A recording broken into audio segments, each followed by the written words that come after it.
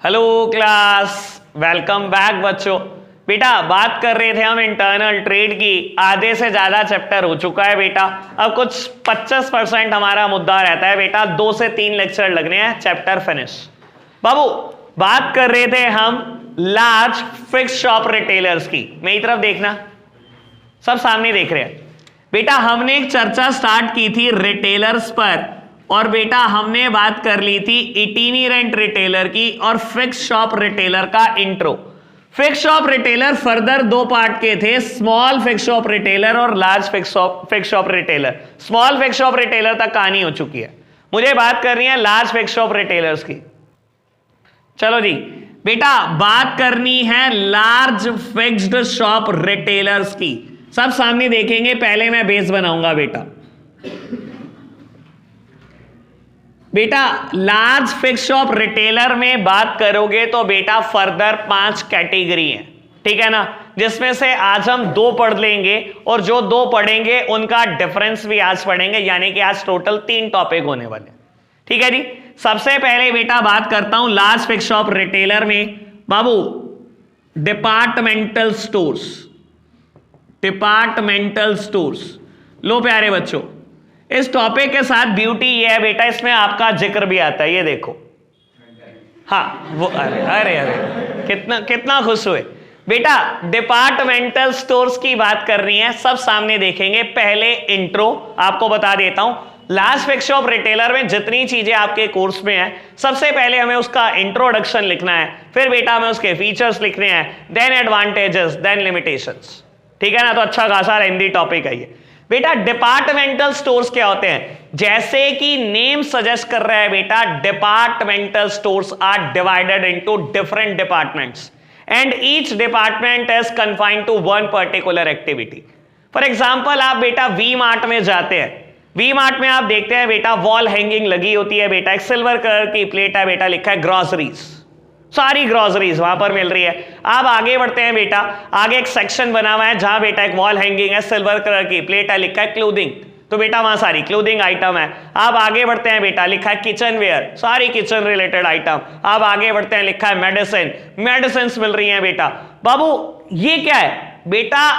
Departmental store divided into different department and each department is confined to one particular activity। Sir ऐसा ही होता है ना बाबू। Example क्या हो सकता है डिपार्टमेंटल स्टोर के? बेटा बिग बाजार बहुत अच्छा एग्जाम्पल है, ठीक है ना, वी मार्ट बहुत अच्छा एग्जाम्पल है, इजी डे बहुत अच्छा एग्जाम्पल है। मैं इन 3 एग्जाम्पल को ही लेकर चलूंगा इसमें, ठीक है ना। सर आपके सिटी के वी मार्ट पर मत जाना बिल्कुल भी, ना ही अपनी सिटी के इजी डे पर जाना। एक ठीक ठाक शहर का देख लेना बेटा, पता लग जाएगा। बिग बाजार की लेंथ पता है कैसी कैसी होती है? हैदराबाद में इंडिया का सबसे बड़ा बिग बाजार है, 24 फ्लोर का, 24 फ्लोर्स। समझ में आई बात बेटा? आगे बात करता हूं, पहले मैं इंट्रो दूंगा, बाद में रीड करेंगे बेटा। डिपार्टमेंटल स्टोर उन कस्टमर के लिए है जिनके लिए price is of secondary importance, जो विश्वास रखते हैं कि मुझे बहुत अच्छी सर्विसेज मिले, अंडर वन रूम मुझे हर प्रोडक्ट मिल जाए। बेटा बोलने के लिए हम हमेशा ऐसा बोलते हैं, from needle to aeroplane, from pin to aeroplane, हर चीज मिलती है बेटा। डिपार्टमेंटल स्टोर वो होते हैं जब पिन टू एरोप्लेन सब कुछ मिलता है, बोलने के लिए ऐसा बोलते हैं, यानी कि हर चीज मिलती है बेटा, ठीक है ना। और बेटा उन्हीं कस्टमर के लिए अच्छा है जो बेटा प्राइस को इंपॉर्टेंस नहीं देते, जो चाहते हैं बेटा मैक्सिमम कस्टमर सेटिस्फेक्शन, ठीक है ना। मॉडर्न जमाने में बेटा डिपार्टमेंटल स्टोर बहुत बड़े होते हैं, जैसे कि मैंने अभी एग्जांपल दिया हैदराबाद का बिग बाजार। आप समझते हैं क्या क्या फैसिलिटी देता है? खाली प्रोडक्ट नहीं बेचते बेटा, बहुत सारी फैसिलिटी अंदर ही होती है। क्या क्या फैसिलिटी होती है? जैसे कि रेस्टोरेंट अंदर ही है बेटा, रेस्ट रूम्स, बैठ जाओ रेस्ट करो बेटा, ठीक है ना, मसाज पार्लर्स, सलून्स, ठीक है ना, टेलीफोन बूथ। ऑल्दो आज की तारीख में बेटा इन चीजों की जरूरत नहीं पड़ती, इंसान की जेब में एक नहीं 4-4 मोबाइल फोन होते हैं, टेलीफोन बूथ का क्या करेंगे, ठीक है ना बेटा बाबू। लेकिन ये सारी फैसिलिटी देते हैं आज की तारीख में डिपार्टमेंटल स्टोर्स। समझ आई बात? अभी तक मैंने जितनी बात बोली कोई दिक्कत तो नहीं बाबू? और बढ़ाऊं बात को आगे बाबू? मैं लगभग काफी सारे फीचर डिस्कस कर दूंगा, बाद में हम देख लेंगे बेटा क्या रह गया। बाबू आपको बता देता हूं, डिपार्टमेंटल स्टोर्स के यहां पर परचेजिंग अरेंजमेंट सेंट्रलाइज्ड होते हैं। दैट मीन्स बेटा ये इकोनॉमीज ऑफ स्केल के ऑपरेशन पे काम करते हैं और इनको बेटा प्रोडक्ट बहुत सस्ता मिलता है। समझाने के लिए एक बात बोलता हूं, इजी डे ने मान लो बेटा अपने 300 स्टोर खोले हैं ऑल ओवर इंडिया, और मान लो बेटा बिग बाजार ने ऑल ओवर इंडिया 350 स्टोर खोले हुए। बेटा ये परचेजिंग कैसे करते हैं 350 स्टोर? अगर आप कहोगे कि एक स्टोर अपनी परचेजिंग करता है, दूसरी अपनी परचेजिंग करता है, सर अगर आप ऐसे परचेजिंग करेंगे तो बहुत महंगा प्रोडक्ट खरीदेंगे। कभी भी बेटा ऐसे नहीं करते, ना तो बिग बाजार ना ही इजी डे ऐसी परचेजिंग करता। ये परचेजिंग कैसे करते हैं बेटा? Purchasing is done from the head office only. 350 store के लिए बेटा खरीदता सामान हेड ऑफिस ही है, यानी कि इसको हम क्या बोलते हैं बेटा? Centralised purchasing arrangement. Why centralised? Centralised का मतलब होता है decision making power in one hand only और decision making power in few hands only. जब बेटा एक इंसान डिसीजन लेता है ना पूरी ऑर्गेनाइजेशन के लिए, हम उसे बोलते हैं बेटा सेंट्रलाइज्ड अरेंजमेंट। तो इनके यहां पर सेंट्रलाइज्ड परचेजिंग अरेंजमेंट है, सारी परचेजिंग हेड ऑफिस करके देता है बेटा 350 स्टोर को। ऐसा क्या होता है बेटा? उसके परचेज करने से क्या होता है सर? बहुत सस्ता मिलता है। आप खुद सोचो, आपको अंदाजा है बेटा एक स्टोर पर हमारे साल के बेटा 200 सॉस के पैकेट बिक जाते हैं। 1 kg वाली 200 सॉस बिक जाती हैं एक साल में। आपके पास 350 स्टोर है, आपने किसान सॉस को ऑर्डर दिया 70,000 सॉस के पाउच। सर किसी के भी मुंह में पानी आ जाएगा, आप इतनी मोटी क्वांटिटी ऑर्डर करेंगे और आप पूछेंगे ये बता डिस्काउंट कितनी देगा? 70,000 सॉस के पाउच चाहिए। तू नहीं तो मैगी को करूं, मैगी सॉस खरीदता हूं, तू बता तू कितने का डिस्काउंट ऑफर कर सकता है? सर कोई भी कहेगा ले ले 10-15% डिस्काउंट। सेंट्रलाइज परचेज करने का फायदा ये होता है बेटा क्योंकि आप बल्क क्वांटिटी में ऑर्डर प्लेस करते हैं, इस वजह से कोई भी आपको डिस्काउंट देने को तैयार रहता है।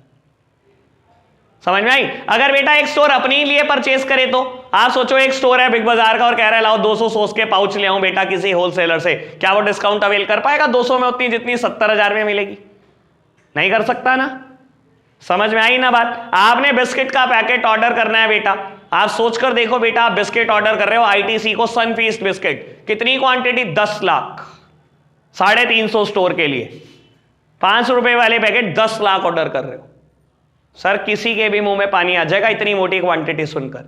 आप आईटीसी को बेटा आटा ऑर्डर कर रहे हो, आईटीसी का एक आटा आता है ना आशीर्वाद आटा, कितने आप ऑर्डर कर रहे हो बेटा? 1 लाख पीस, जो 20 kg का कट्टा है, वो 1 लाख कट्टे ऑर्डर कर रहे हो। सोचो तो सही बेटा, आपके सेंट्रलाइज परचेज करने से कितना बेनिफिट आप उठाते होंगे, कितनी डिस्काउंट अवेल करते होंगे आप।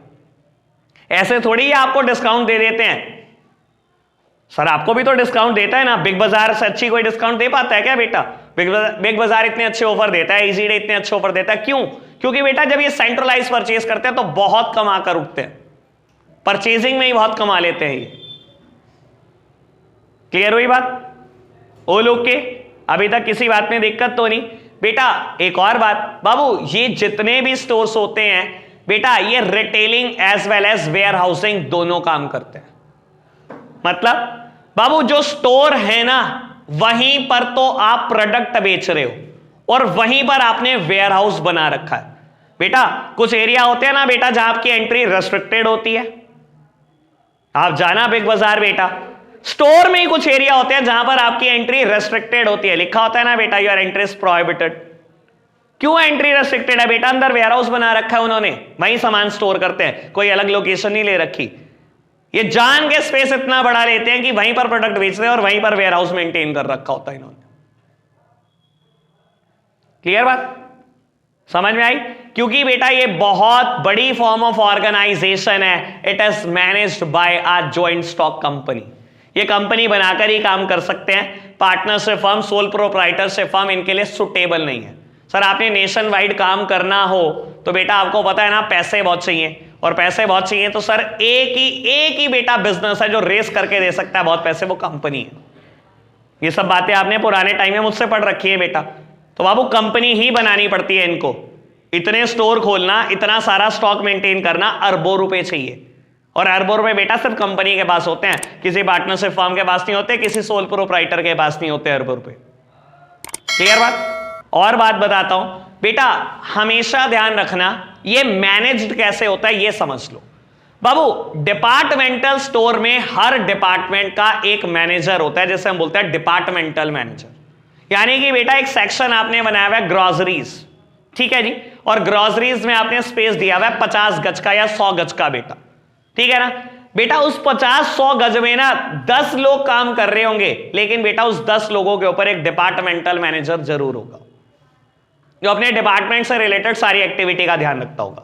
ऐसे ही बेटा एक मेडिसिन सेक्शन है बेटा, उसका एक डिपार्टमेंटल मैनेजर होगा।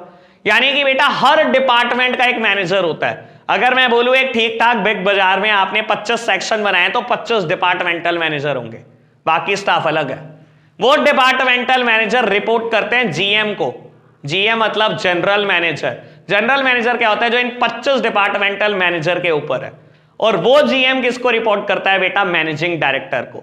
यानी कि अगर मैं बोलूं हायरार्की कैसी है, तो बेटा डिपार्टमेंटल मैनेजर सबसे लोअर रैंक पर है, उसके ऊपर बेटा आता है जीएम यानी कि जनरल मैनेजर, और बेटा ये रिपोर्ट करता है एमडी को यानी कि मैनेजिंग डायरेक्टर को।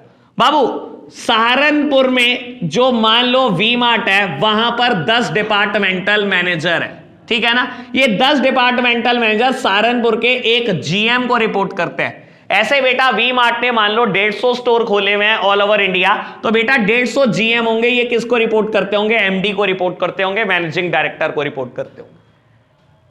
यानी कि एक स्टोर पर जीएम एक ही होता है, जितने सेक्शंस में वो डिवाइडेड होता है उतने डिपार्टमेंटल मैनेजर होते हैं, और एमडी पूरी ऑर्गेनाइजेशन में एक होता है। सारे के सारे जीएम किसको रिपोर्ट करते हैं? एमडी को रिपोर्ट करते हैं। समझ आई अब तक जितनी बात बोली? रीड करना शुरू करें बेटा। पहले आप इंट्रो रीड करेंगे, शुरू की 8-10 लाइन रीड कर दो फटाफट से बेटा। इंट्रो आपने बड़ा सब क्लियर है, लगभग सारे फीचर डिस्कस हो चुके हैं। सिर्फ एक सेकंड फीचर की एक हल्की सी बात करनी है बेटा। जनरली डिपार्टमेंटल स्टोर जब भी कोई ऑर्गेनाइजेशन बनाती है किसी शहर में, वो बेटा हार्ट ऑफ द सिटी को चूज करती है।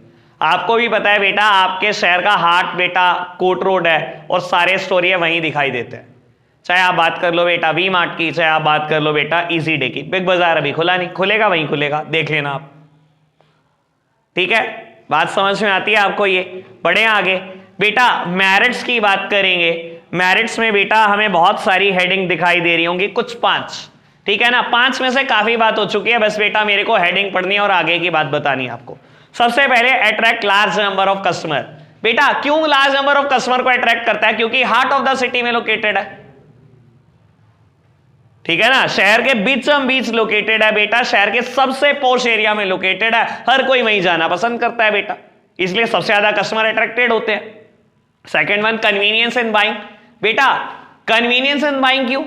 क्योंकि बेटा कस्टमर को लगता है यार मैं अलग दुकान पे जाऊंगा अलग सामान लेने, मेडिसिन लेने कहां जाऊं, ग्रोसरी लेने कहां जाऊं, गारमेंट क्लोथिंग लेने कहां जाऊं, किचन वेयर के लिए कहां जाऊं। बेटर क्या है बेटा? डिपार्टमेंटल स्टोर में चले जाओ, सब मिलता है।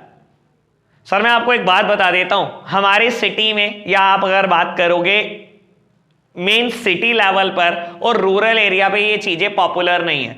लेकिन अगर मेट्रोपॉलिटन सिटी की बात करोगे ना, लोग 2 ही जगह जाना पसंद करते हैं सर, या डिपार्टमेंटल स्टोर या ऑनलाइन शॉपिंग।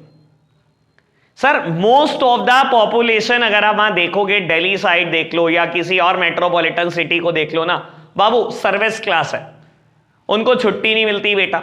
वो क्या करते हैं? 6 दिन हफ्ते में काम करते हैं, सैटरडे इवनिंग फ्री होते हैं, और सैटरडे इवनिंग क्या करते हैं बेटा? अपनी गाड़ी उठाते हैं बेटा, सब मिलेंगे बिग बाजार में आपको, सब मिलेंगे इजी डे में आपको, और क्या करेंगे बेटा? पूरे हफ्ते भर का या 15 दिन का बेटा सारा सामान या सारा राशन भर के आते हैं, और जो चीजें उन्हें डिपार्टमेंटल स्टोर में नहीं मिलती बेटा, ऑनलाइन बेटा सब कुछ ऑर्डर करते हैं।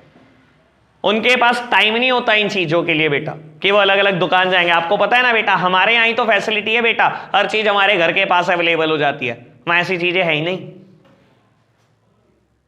ठीक है ना बेटा। तो कस्टमर को कन्वीनियंस लगती है डिपार्टमेंटल स्टोर में जाना बेटा, उनको ज्यादा आसान लगता है कि अलग अलग दुकान कहां ढूंढते फिरेंगे बेटा, एक ही बार जाओ और बाय करके ले आओ। क्लियर बात?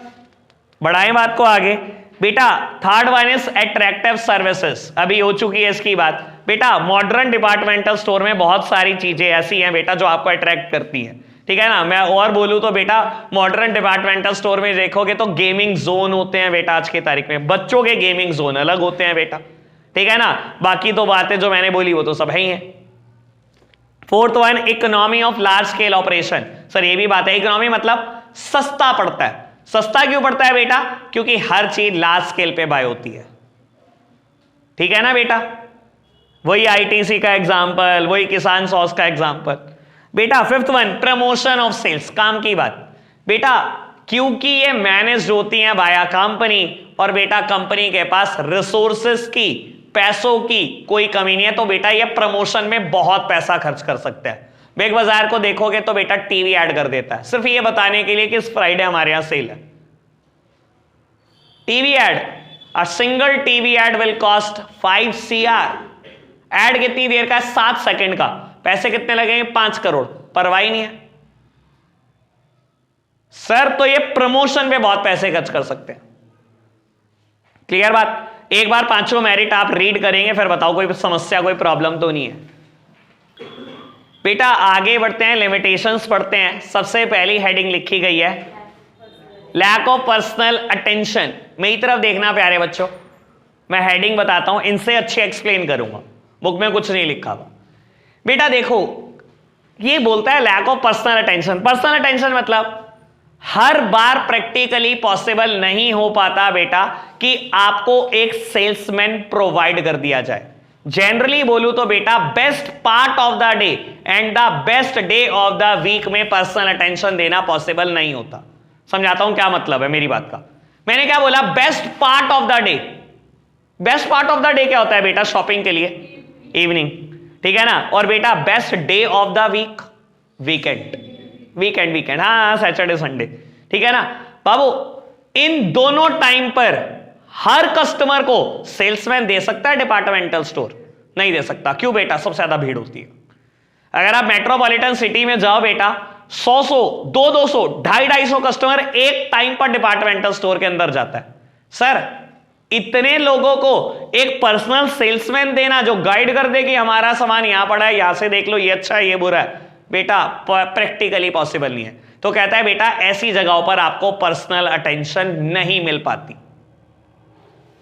समझ में आई ना बात? और अगर हम वैसे किसी एक रिटेलर की दुकान पे जाएंगे जो स्मॉल फिक्स शॉप रिटेलर है, सर वहां मिलेगी ना पर्सनल अटेंशन? वहां मिलेगी बेटा। तो ये एक डिसएडवांटेज है कि आपको best part of the day and best day of the week में पर्सनल अटेंशन कभी नहीं मिल पाती। बाकी टाइम मिलेगी। दोपहर के लिए जाओ शॉपिंग में बेटा, खाली होते हैं बेटा स्टोर हैं, वैसे भी नहीं मिलती। नहीं यार आज की तारीख में नहीं, मेरे को तो नहीं लगता ये बात। आज तू वी-मार्ट जा, ठीक है ना, तू बोल मेरे को यहां पर ये एक साइज अवेलेबल नहीं है। मान लो मेरे को 36 वेस्ट आती है, जीन्स का साइज अवेलेबल नहीं है, तेरे पीछे बढ़ जाएगा। मेट्रोपॉलिटन सिटीज में सर मैं वही बोल रहा हूं, अगर बहुत ज्यादा कस्टमर है तो नहीं मिलेगी। अगर कस्टमर नहीं है आप कहोगे तो पक्का सेल्समैन आपके साथ खड़ा हो जाएगा। ये कह सकता है, ये कह सकता है। तो ठीक है जी। सेकेंड हेडिंग क्या है? High operating cost. बेटा बहुत काम की बात। प्यारे बच्चों मेरी तरफ देखना, कहता है बेटा ऐसे स्टोर्स ऑपरेट करने की कॉस्ट बहुत ज्यादा है। और बेटा मैं आपको ना 10 एग्जाम्पल दे सकता हूं कि आप कॉस्ट का अंदाजा लगाते लगाते थक जाएंगे।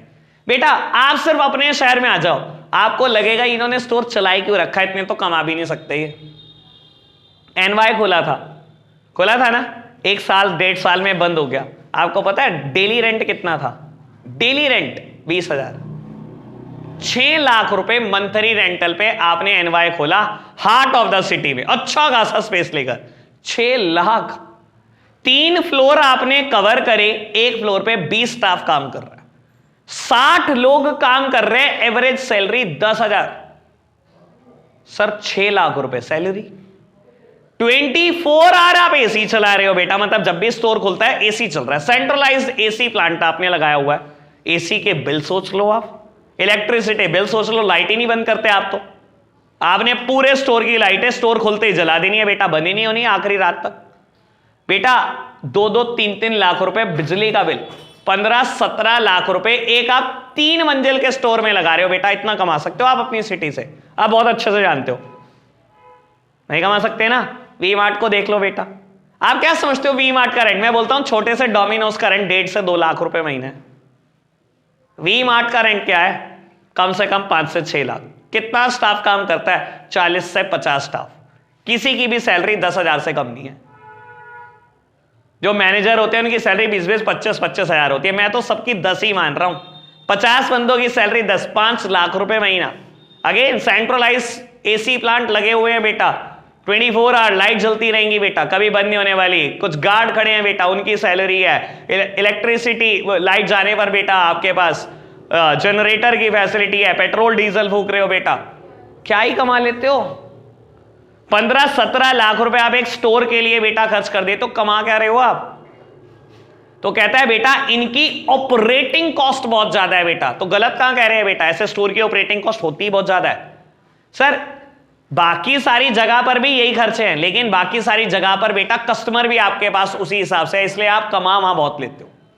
यहां तो बेटा आप लॉस में ही चल रहे होते हो छोटे शहरों में तो।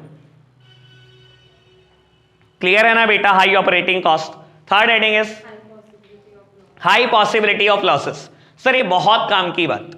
बाबू कहता है पॉसिबिलिटी ऑफ लॉसेस बहुत ज्यादा है। किस सिचुएशन में बहुत ज्यादा है बेटा?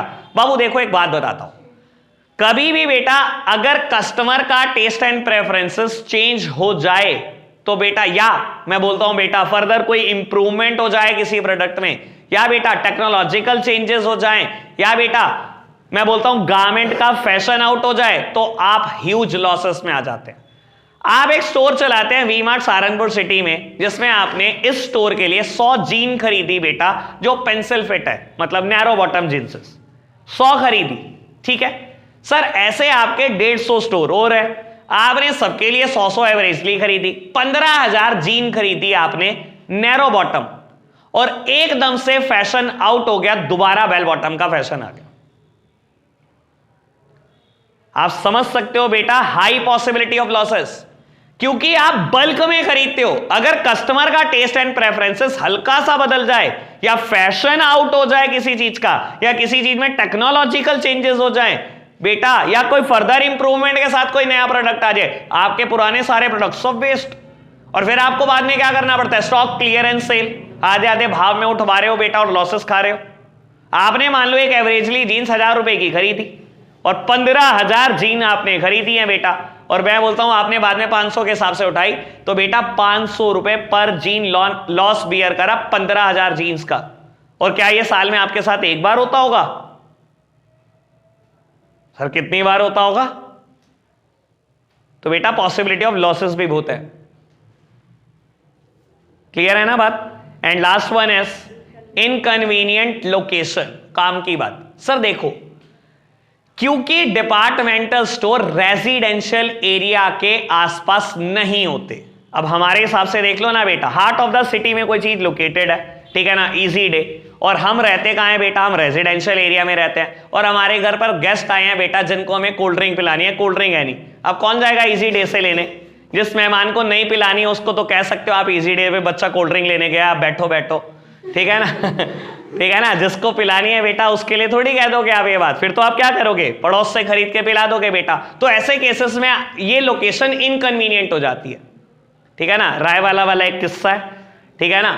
रायवाला में ऐसे ही होता था, कस्टमर को कभी दुकान पे रोकना होता था तो कैसे करते थे बेटा? कस्टमर अरे बैठो बैठो बैठो, छोटू 2 चाय, इसका मतलब होता है लानी नहीं है। छोटू 2 चाय मतलब लाइयो मत। उसे बिठा के रखा बेचारे को, आधा घंटा माल मूल दिखाया दुकान का, भाई साहब वो चाय नहीं आई, अभी आ रही होगी, छोटू 2 चाय।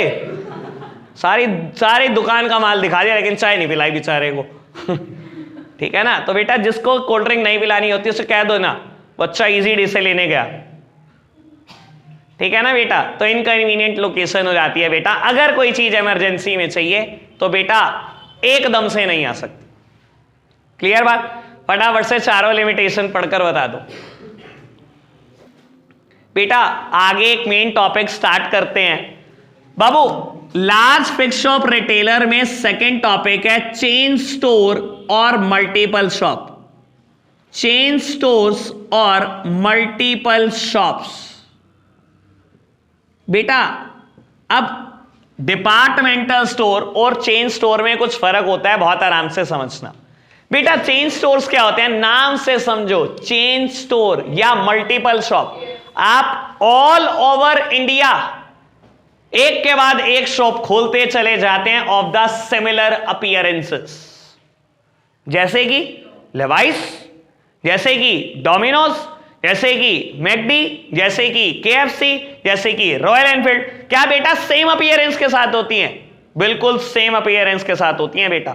मैकडी देखा है, लगभग एक जैसा दिखाई देगा बेटा आपको हर जगह पर। डोमिनोज एक जैसा पेंट दिखाई देगा। रॉयल एनफील्ड भूल नहीं सकता मैं बेटा, वो ब्लैक और ग्रे कलर का पेंट हर जगह पर ही दिखाई देगा बेटा, ठीक है ना। लेवाइस एक जैसा होता है बेटा, लगभग फिटिंग, ठीक है ना। तो बेटा इन्हें हम बोलते हैं चेन स्टोर या मल्टीपल शॉप। बाटा एक जैसा बेटा, बिल्कुल सिमिलर अपीयरेंसेस के साथ आप खोलते चले जाते हो बेटा। कुछ फर्क होते हैं चेन स्टोर में और बेटा डिपार्टमेंटल स्टोर में, जैसे कि ये हार्ट ऑफ द सिटी में ही खुलती है बेटा ऑर्गेनाइजेशन। इनका जरूरी नहीं है हार्ट ऑफ द सिटी में खुलना, ये बेटा कई बार रेजिडेंशियल एरिया के आसपास भी हो सकते हैं या कई बार बेटा कमर्शियल एरिया में हो सकते हैं, जरूरी नहीं है हार्ट ऑफ द सिटी में ही हो। शायद एक बाटा का शोरूम इधर है ना, नेहरू मार्केट में बाटा है ना, मतलब है ना नेहरू मार्केट में भी। अब आप देखो बेटा, क्या वो कमर्शियल एरिया नहीं है? वो तो कमर्शियल एरिया के पास है। क्या उन्होंने हार्ट ऑफ द सिटी को चूज किया? नहीं बेटा। तो बेटा चेन स्टोर के लिए कंपलसरी नहीं होता हार्ट ऑफ द सिटी को चूज करना, पहली बात। दूसरी बात बाबू, क्या ये भी बहुत बड़े स्केल पे होते हैं? बहुत बड़े स्केल पे हो सकते हैं। अच्छा एक बात बताओ, जो मैंने 3 एग्जांपल दिए थे, क्या तीनों एग्जांपल यहां पे नहीं फिट हो सकते? वी मार्ट लगभग सेम अपीयरेंस होती है, इजी डे उनकी भी सेम अपीयरेंस होती है बेटा, और बिग बाजार उनकी भी सेम अपीयरेंस होती है। एग्जांपल वो तीनों भी यहां पर सेट बैठते हैं, लेकिन आप थोड़ा संभलना, ठीक है ना, उनको नाई कोट करो, उससे कंफ्यूजन क्रिएट हो जाएगी आपके दिमाग में। क्लियर बात? सर सेंट्रलाइज परचेजिंग अरेंजमेंट इनके होते हैं, सेंट्रलाइज ही परचेजिंग अरेंजमेंट इनके भी होते हैं बाबू। इनमें क्या होता है, जैसे बेटा यहां पर वर्किंग स्टाइल क्या होता था, हर डिपार्टमेंट का एक मैनेजर है, देन बेटा वो सब रिपोर्ट करते हैं जीएम को और जीएम रिपोर्ट करता है एमडी को। यहां पर सिचुएशन थोड़ी सी बदल जाती है। सब बताता हूं क्या मतलब है। सर यहां पर ना एक इंस्पेक्टर होता है, ये बेटा रिपोर्ट करता है ब्रांच मैनेजर को, और बेटा ब्रांच मैनेजर बाद में रिपोर्ट करते हैं बेटा ऑर्गेनाइजेशनल हेड को, या आप बोल सकते हो एमडी को, ठीक है ना। सर ब्रांच मैनेजर क्या होता है, एक लेवाइस स्टोर है उसका एक ब्रांच मैनेजर है, एक डोमिनोज है उसका एक ब्रांच मैनेजर है, उसके नीचे काम करता है इंस्पेक्टर जो रेगुलर काम करता है बेटा, देखता है। समझ आई बात? परचेजिंग अरेंजमेंट इनके भी सेंट्रलाइज्ड है बेटा। अगर आप बुक के हिसाब से देखोगे ना, तो बुक कहती है ब्रांच मैनेजर बताता है रोज की सेल कितनी हुई, हमें स्टॉक कितना रिक्वायर्ड है, और सारे अकाउंट्स रिपोर्ट करता है डेली बेसिस पे हेड ऑफिस में। मैं बोलता हूं सर रिपोर्ट करने की जरूरत कहां पड़ती है आज की तारीख में? आज की तारीख में हर चीज ऑनलाइन है। मैं आपको बताता हूं, सब मेरी तरफ देख रहे हैं बेटा। एक एग्जांपल दूंगा बड़ा परफेक्ट, मेरी तरफ देखना बाबू।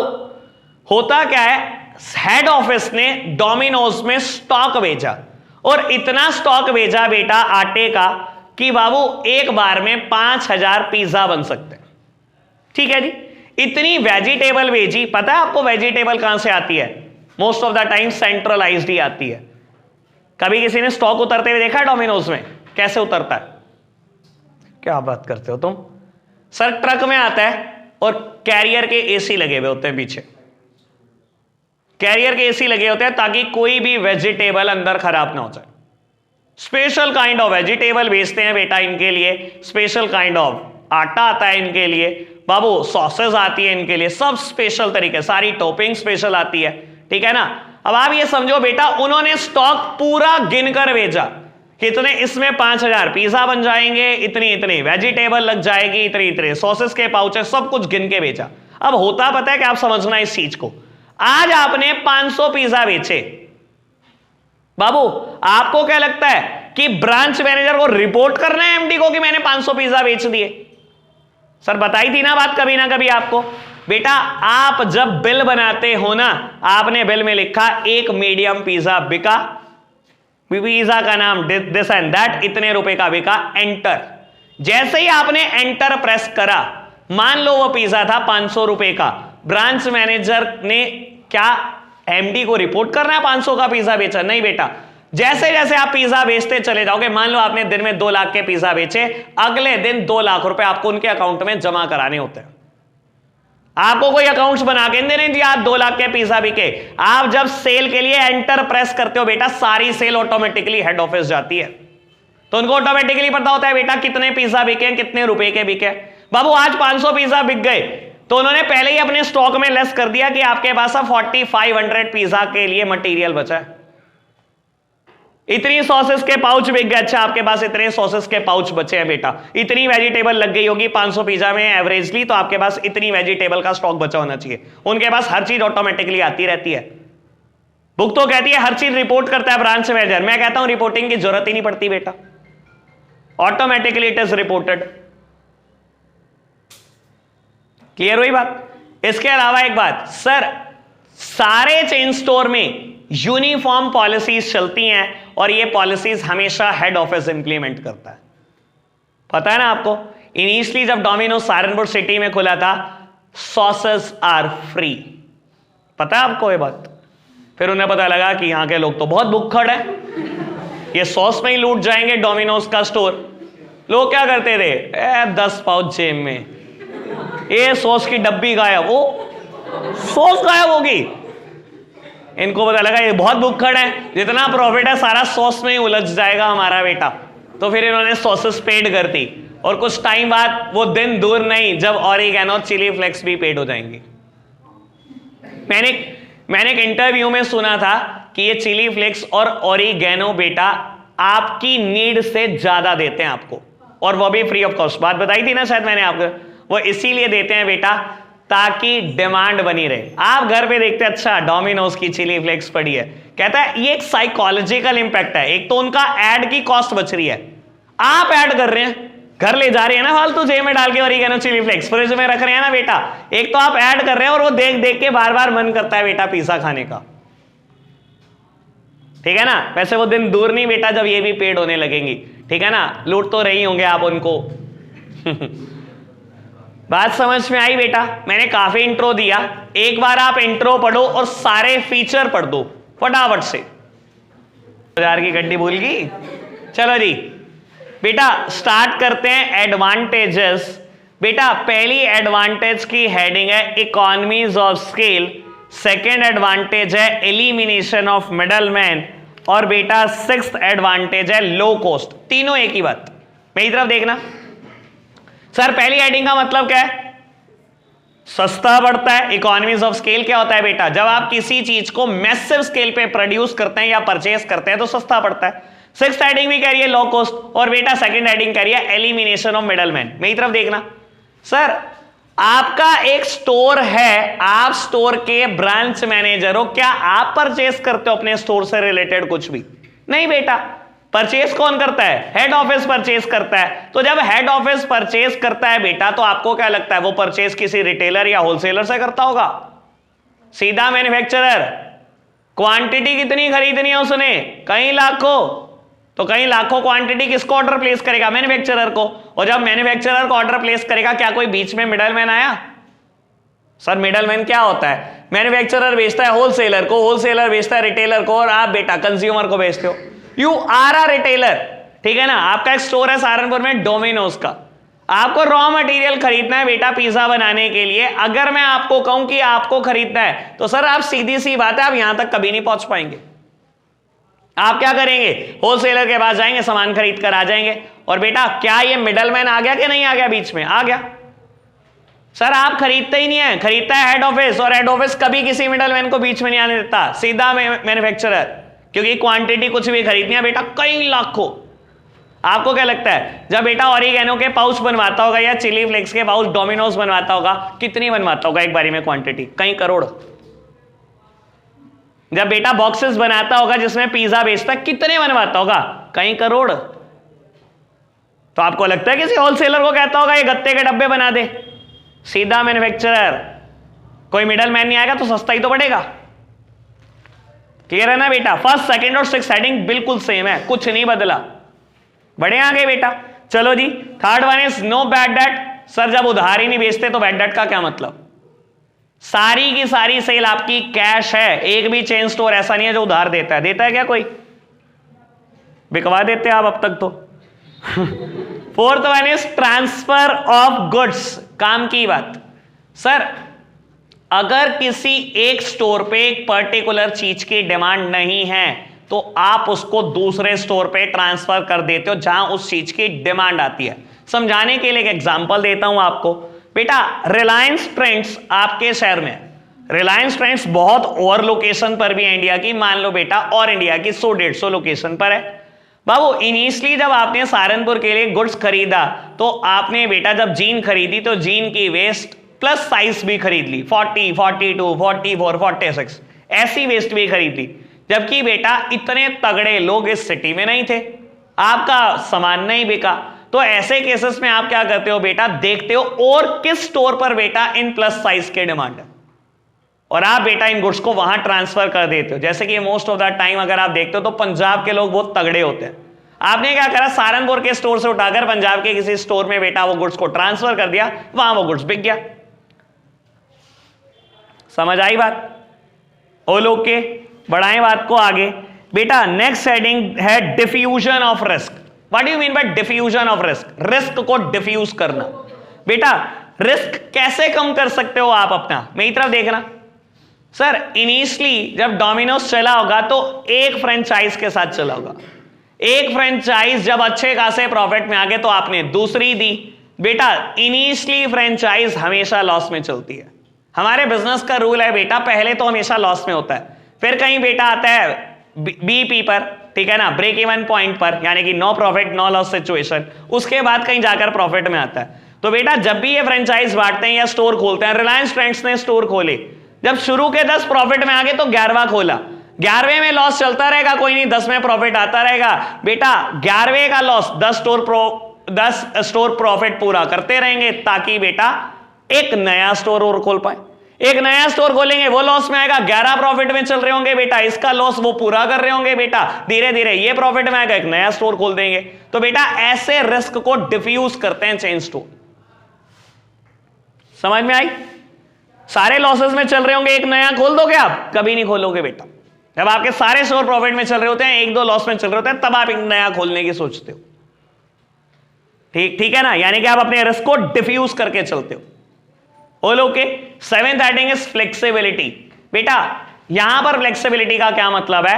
अगर आपको लगता है आपका कोई स्टोर कॉन्टिन्यूअसली लॉस दिए जा रहा है तो आप बेटा उस स्टोर को एक जगह से बंद कर दूसरी जगह पर ट्रांसफर कर देते हैं। जैसे कि बेटा सहारनपुर में हुआ था पिज्जा हट के साथ,